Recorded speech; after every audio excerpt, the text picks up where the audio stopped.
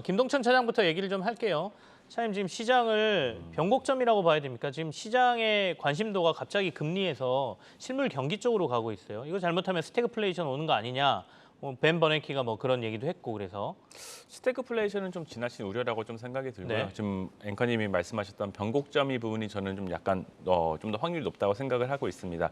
지난주 코스피 시장이 좀 많이 빠졌는데 네. 이 빠진 이유를 좀 찾아보자고 하면은 이제 지표 결과에 따른 지표 이 숫자보다는 거기에 대한 해석에 따른 판단의 영향이 더 컸다고 생각이 들고요. 그렇기 때문에 실제로 악재가 발생을 했다기보다는 투자자들이 해석을 하는 과정에서 악재가 불거졌다고 보는 게 좀 타당하다고 저는 생각을 하고 있거든요. 네네. 그렇기 때문에 지금 현대 시장 같은 경우는 이제 극단적인 통화 정책이랑 경기 상황이 약간 선반영되면서 어느 정도 좀 면역이 됐다고 저는 생각을 하고 있습니다. 이렇기 때문에 과도한 심리적 위축이라든지 공포가 반영된 상황이라고 하면은 거꾸로 이제 뭐 정반대의 상황이 갑자기 펼쳐질 수 있다고도 생각을 합니다. 왜냐하면은 이제 어느 정도 이제 사람들이 좀 알고 있기 때문에 좀 해야 되는데요. 지금 시장에서 좀 주목을 해야 될 점은 좀 외국인 투자자들의 매매 패턴의 변화라고 생각을 하는데요.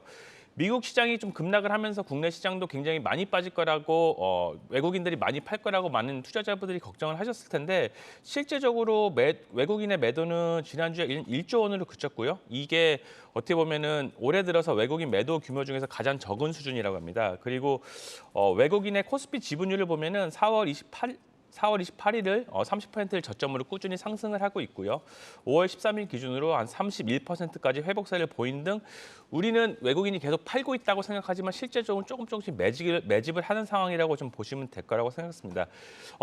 국내 투자자들은 되게 위기라고 생각하지만 이런 부분에서 봤을 때 극단적인 투자 심리 위축에도 불구하고 외국인은 약간 좀 비중 확대의 기회로 네. 삼았다고 볼 수 있기 때문에 이런 부분에서 너무 걱정하시기보다는 이런 걸 좀 바탕으로 삼아가지고 외국인이 지분율이 계속 늘리게 된다면 어떤 섹터들이 더 도움을 받을까 생각을 하시고 전 이런 부분에서 중소형주보다는 좀 대형주 중심으로 좀 플레이하는 게 안정적이라고 생각을 하고요.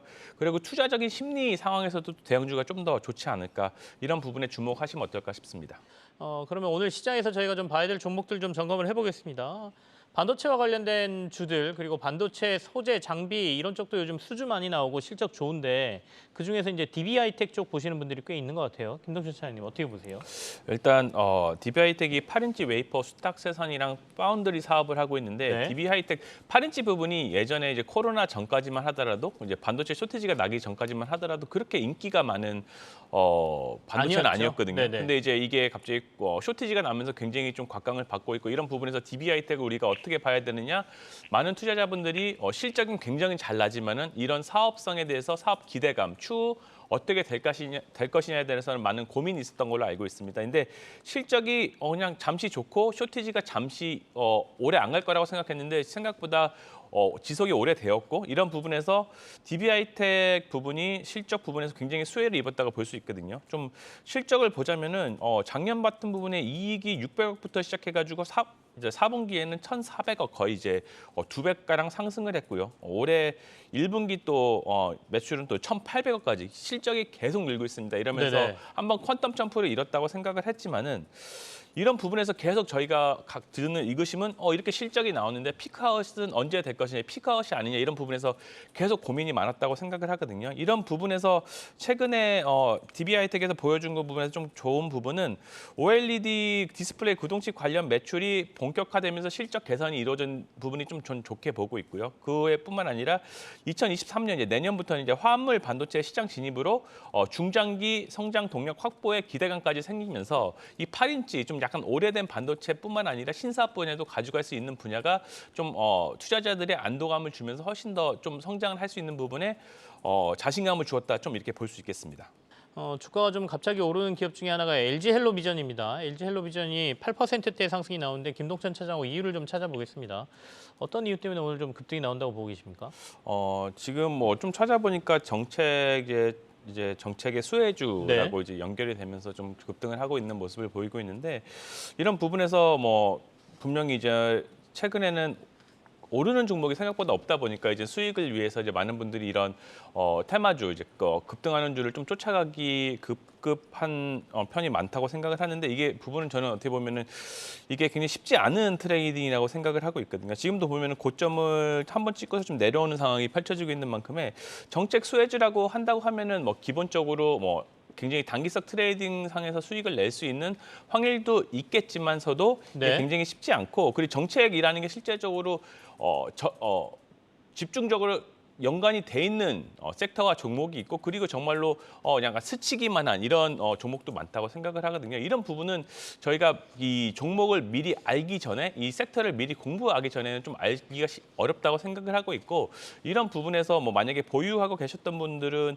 어떻게 보면은 좀 주가가 좀 지지부진한 흐름에서 좀 아쉬운 부분도 있었을 텐데 이런 부분에서는 굉장히 잘된 부분이고 또 네. 신규 진입하고 싶은 분들은 오늘부터 좀 보는 종목을 공부하는 이런 좀 상황을 만들면 어떨까 말씀드리고 싶습니다. OEM 업체들 좀 관심 갖자. 뭐 중국 문제가 좀 있긴 합니다만. 그래서 FNF도 저희가 얘기 많이 했지 않습니까? 근데 반대로 FNF는 또 못 간단 말이죠. 이걸 어떻게 분석해야 되죠? 일단 좀 저는 좀 가야 되는 게 맞다고 좀 생각을 하고 있는데 FNF가 액면 분할의 주가가 굉장히 좀 못 갔던 점은 중국 봉쇄의 영향이 좀 컸다고 생각을 하고 있습니다. 네. 많은 전문가들이 중국 그 봉쇄가 굉장히 단기간이라고 될 것이라고 생각을 했는데 좀 생각보다 길어지면서 좀 중국 관련 종목들이 많이 좀 눌리는 구간에 있었다고 생각을 하고요. 근데 좀 다행인 거는 어제 뉴스에 보면은 상하이가 이제 50일 만에 점진적 개방에 나선다고 얘기 나왔고 그런 부분에서 FNF 같은 경우는 어제부터 좀 수혜를 받고 있거든요. 실제적으로 매출을 봤을 때 지금 봉쇄가 일어나면서 2분기 매출, 4월 매출의 부정적인 영향은 불가피하지만은 어떻게 보면은 이 봉쇄 부분도 이제 사라지면 3분기부터는 영업 환경이 정상화될 것이라고 전망을 하고 있고요. 네. 이런 부분에서 중국 매출을 좀 저희가 들여다본다고 하면은 1분기 매출이 그 FNF가 한 4,300억 정도 했는데 이 중에 1,500억이 중국 매출이었거든요. 그중에 오프라인 매출이 또 반 정도 했는데 전년 대비 거의 240%가 오른 숫자. 이렇게 보면은 코로나 상황에서도 뭐 굉장히 좀 잘했다고 뭐 선방 정도가 아니라 굉장히 잘했다고 볼 수 있겠습니다. 그래서 올해 부분도 이런 부분에서 많은 투자자들이 지금 기대를 하는 부분이 맞다고 생각을 하고요.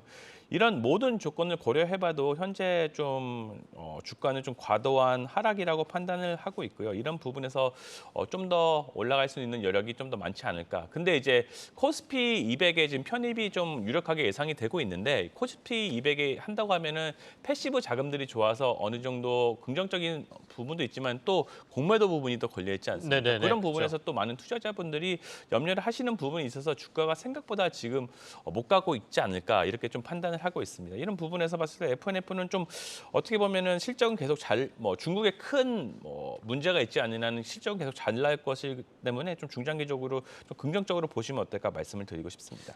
전반적으로 좋아요. 전반적으로 좋은데 그러면 앞으로도 좋을 거냐? 그리고 그중에서 우리가 어디에 더 주목해야 될 거냐가 핵심인 것 같습니다. 일단 2차 전지 섹터를 또 구분을 하자면은 뭐 셀메이커, 소재 뭐 등등 장비 굉장히 그렇죠. 많습니다. 또 거기에 또 밑으로 가면은 종목들이 굉장히 많은데 이제 투자자분들이 종목을 선택하는 게 굉장히 어려울 거라고 생각을 하고 있고요. 그런 부분에서 저는 항상 볼 때 가장 중요한 키워드가 일단은 수익성이라고 생각을 해야 되거든요.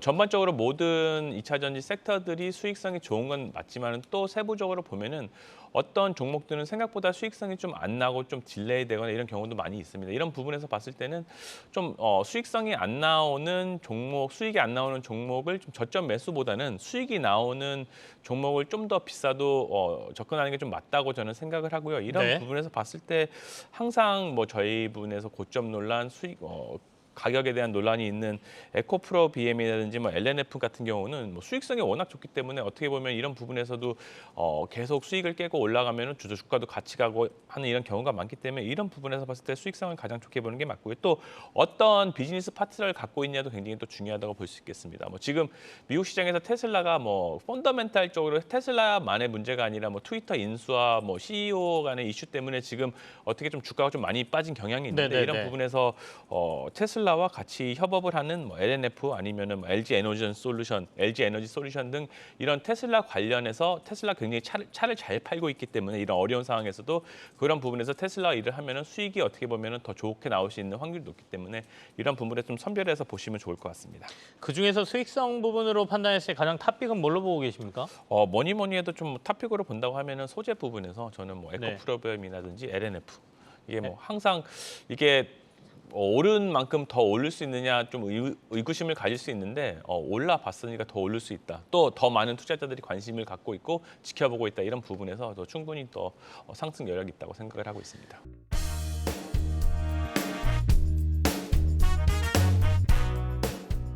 두 분이 가져오신 공략주 좀 살펴보겠습니다. 어떤 거 가져오셨는지 좀 확인을 할게요.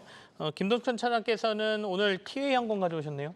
네, 그 리오프닝이 이제 본격적으로 시작하면서 이런 리오프닝 관련 항공주라든지 이런 많은 부분들이 좀 기대를 모았는데 생각보다 좀 지금 슬로운 부분이 네. 있죠. 이런 부분에서 봤을 때 LCC 같은 경우는 항상 많은 투자자들이 우려했던 부분이 자본 잠식에 대한 부분이었습니다. 일단 TA 항공 같은 경우는 이제 4월달에 유상 증자를 이제 마치면서 이런 부분에 자본 잠식 우려를 일단 해소를 한 부분이 있고요. 실적을 본다고 하면 1분기 실적은 여전히 손실 구간에 있지만은 전년 비해서 좀 손실이 줄어든 점, 그리고 지금 리오프닝이 이제 본격적으로 좀 시작이 되면서 해외에서 입국하는 자가 격리도 면제가 되면서 많은 분들이 이제 해외 여행을 많이 폭발적으로 가고 있다, 이런 네네. 부분이 있습니다.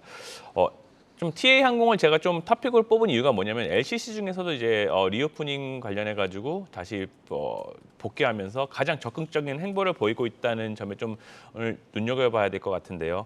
28일부터 LCC 최초로 이제 싱가포르로 가는 신규 노선을 취항을 했고요. 그리고 인천발에 있는 뭐 오사카, 도쿄, 다낭 등 동남아시아도 지금 굉장히 많은 노선을 가지고 있습니다. 좀 코로나 이전에 그 이전 정부에서 좀 일본이랑 관계가 좀 껄끄럽지 못했는데 이런 부분에서 가장 좀 원래 일본 노선을 가지고 많이 확보했던 부분이 네네. TA 항공이었는데 좀 관계가 좀 소원해지면서 그 부분을 많이 줄였거든요. 이번에 새 정부가 출범을 하면서 일본과의 관계 개선을 뭐 하지 않겠느냐 이런 많은 기대감이 있기 때문에 이런 부분에서 좀 좋아진다고 하면은 이런 부분에서 가장 좀 수혜를 받을 게 TA 항공이 되지 않을까 싶어가지고 좀 중장기적으로 본다고 하면은 좀 수혜가 상승 여력이 있다고 생각해가지고 오늘 준비를 했습니다. 알겠습니다. 티웨이 항공 목표가 3,600원, 손절가 2,500원입니다.